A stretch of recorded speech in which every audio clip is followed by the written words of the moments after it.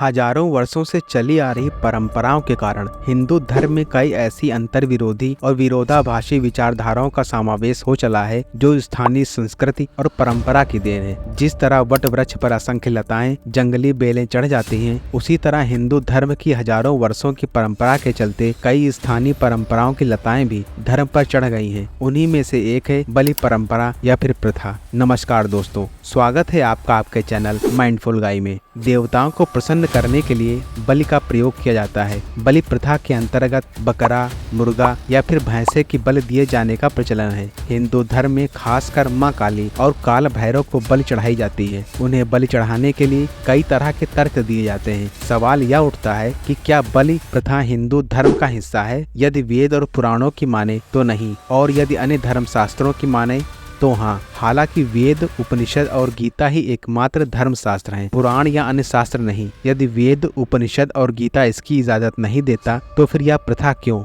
यहाँ पर ऋग्वेद में देखने को मिलता है, मानो गोशु मानो अश्वेशु रिरिषा, अर्थात हमारी गायों और घोड़ों को मत मारो। विद्वान मानते हैं कि हिंदू धर्म में लोक परंपरा की धाराएं भी जुड़ती गईं और उन्हें हिंदू धर्म का हिस्सा माना जाने लगा। जैसे वट वृक्ष से असंख्य लताएं लिपटकर अपना अस्तित्व बना लेती हैं, लेकिन वे लताएं वृक्ष नहीं होती।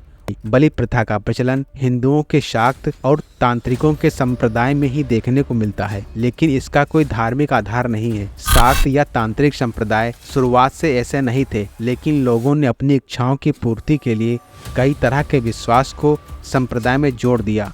बहुत से समाजों में लड़के के जन्म होने या उसकी मान उतारने के नाम पर बलि दी जाती है, तो कुछ समाज में विवाह आदि समारोह में बलि दी जाती है, जो कि अनुचित मानी गई है। वेदों में धर्म के नाम पर किसी भी प्रकार की बलि प्रथा की इजाजत नहीं दी गई है। यदि आप मांसाहारी हैं तो आप मांस खा सकते हैं, लेकिन धर्म की आड़ में यह सही नहीं है। यहाँ पर यजुर्वेद का संदर्भ देखने को मिलता है, जिसका अर्थ है उन जैसे बालों वाले बकरी, ऊंट आदि चौपाइयों और पक्षियों आदि दो पगों वालों को मत मारो। पशु बलि की यह प्रथा कब और कैसे प्रारंभ हुई, कहना बहुत कठिन है। कुछ लोग तर्क देते हैं कि वैदिक काल में यज्ञ में पशुओं की बलि दी जाती थी। ऐसा तर्क देने वाले लोग वैदिक शब्दों का गलत अर्थ निकालने वाले हैं। वेदों में 5 प्रकार के यज्ञों, ब्रह्म यज्ञ, देव यज्ञ, पितृ यज्ञ, वैश्य देव यज्ञ और अतिथि यज्ञ का वर्णन मिलता है। पशु बलि प्रथा के संबंध में पंडित श्री राम शर्मा की शोध परक किताब पशु बलि हिंदू धर्म और मानव सभ्यता पर एक कलंक जरूर पढ़ना चाहिए। वेदों में ऐसे सैकड़ों मंत्र और ऋचाएं हैं जिससे यह सिद्ध किया जा सकता है कि हिंदू धर्म में बलि प्रथा निषेध है और यह प्रथा हिंदू धर्म का हिस्सा नहीं है। जो बलि प्रथा का समर्थन करता है वह धर्म विरुद्ध असुर और दानवीय आचरण करता है।